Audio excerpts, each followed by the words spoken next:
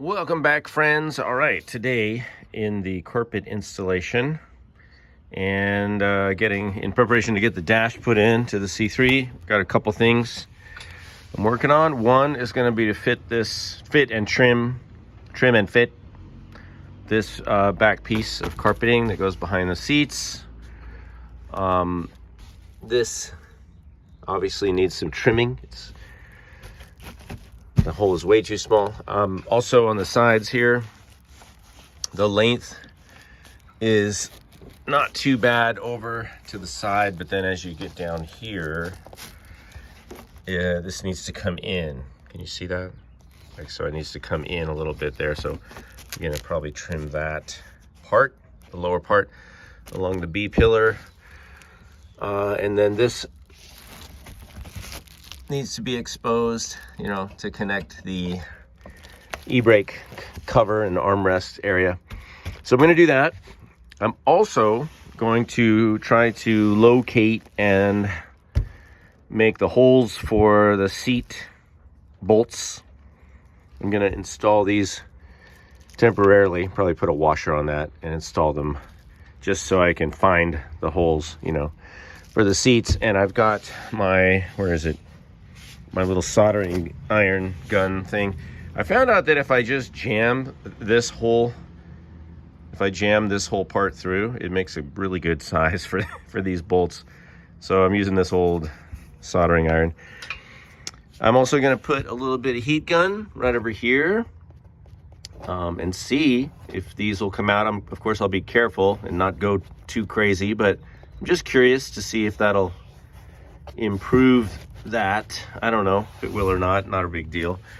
I'm also, and this is not directly related to the carpet, I'm also going to be looking at installing some of these. Now what I'm doing with these, I've got male and female wire connectors, and I got a whole pack of these. I got plenty of them. They were pretty cheap.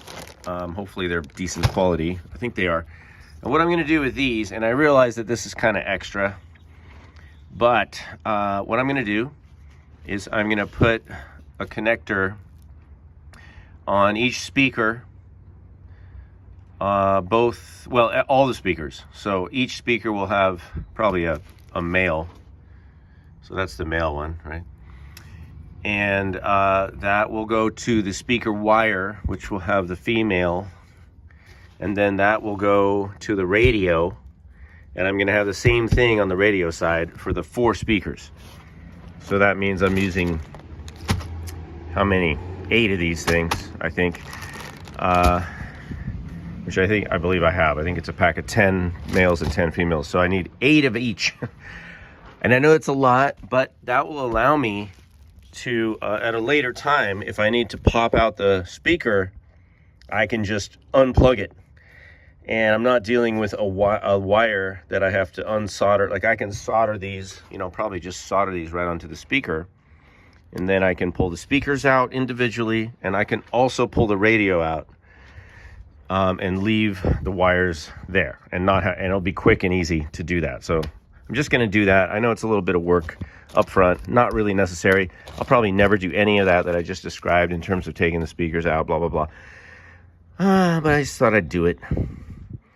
And it might make it easier to install as well. I'm not sure why, but that's my dream and hope.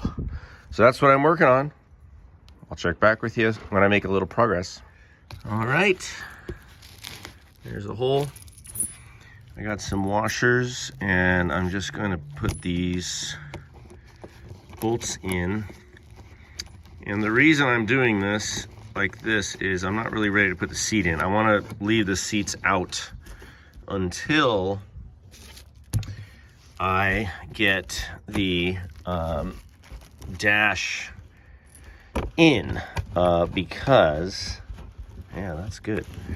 Because I need to get in here and probably lay on my back to get under the dash area. So I don't need the seats in here right now.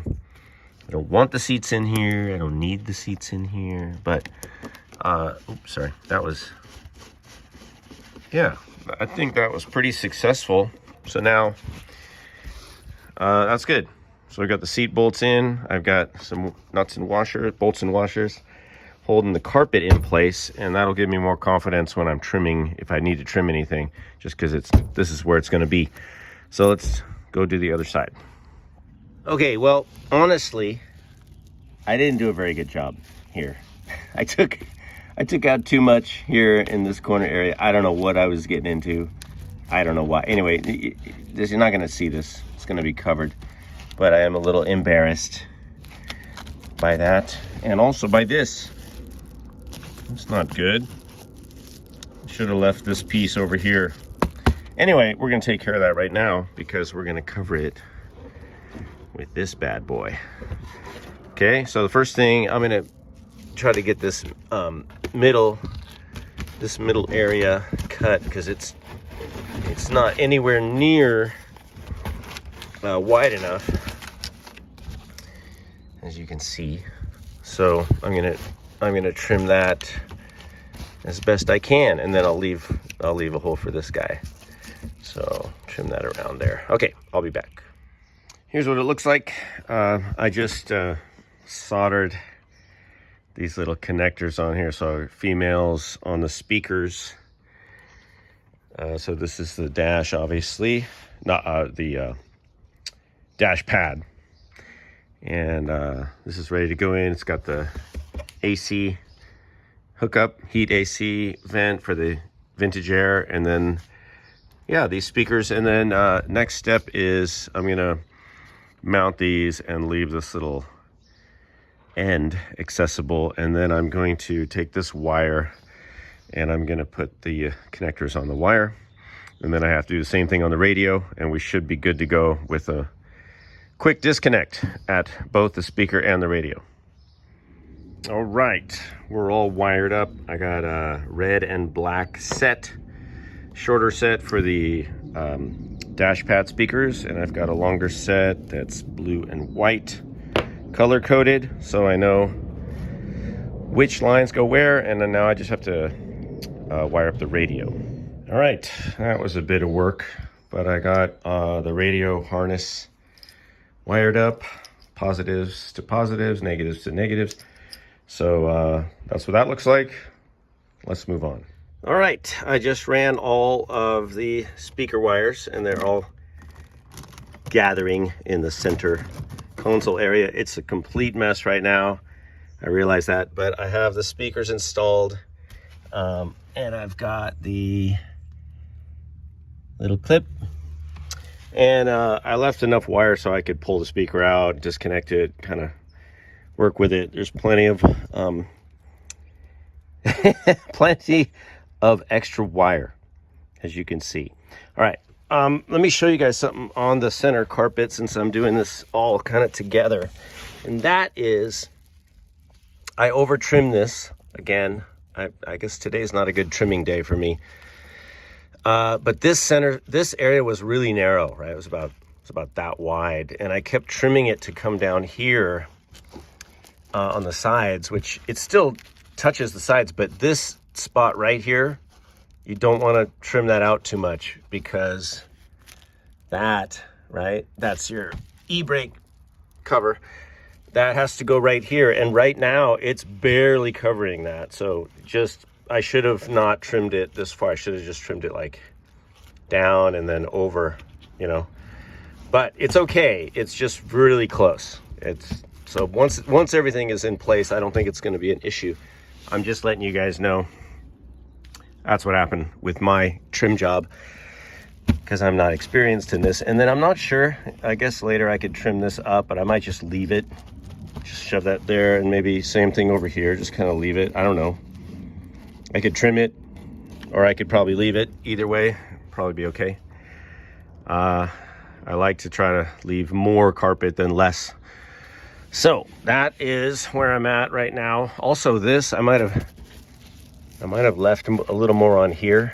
You know, this can sort of come up on top of this. It'll be fine when it's all installed, but I'm just saying, like, don't trim too much. I don't know why that's so low.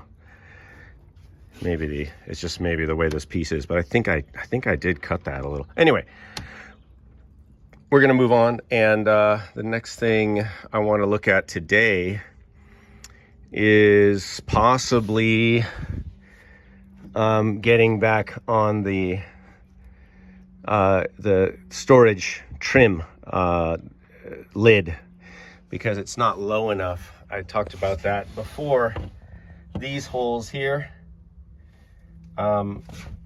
which is what secures the whole back part of the lid down, that they're not lining up with the holes. So I need to look at that real quick and see if I need to drill new holes and do that. And then the last thing I'm going to do is for, and I'm going to take this off to look at this, and that is, I might cut a hole right about here, because I want to run some direct power from the battery compartment. I've got a junction block, fuse block, and I want to run some wires up, so I might have to drill a hole there. So I'm going to look at that.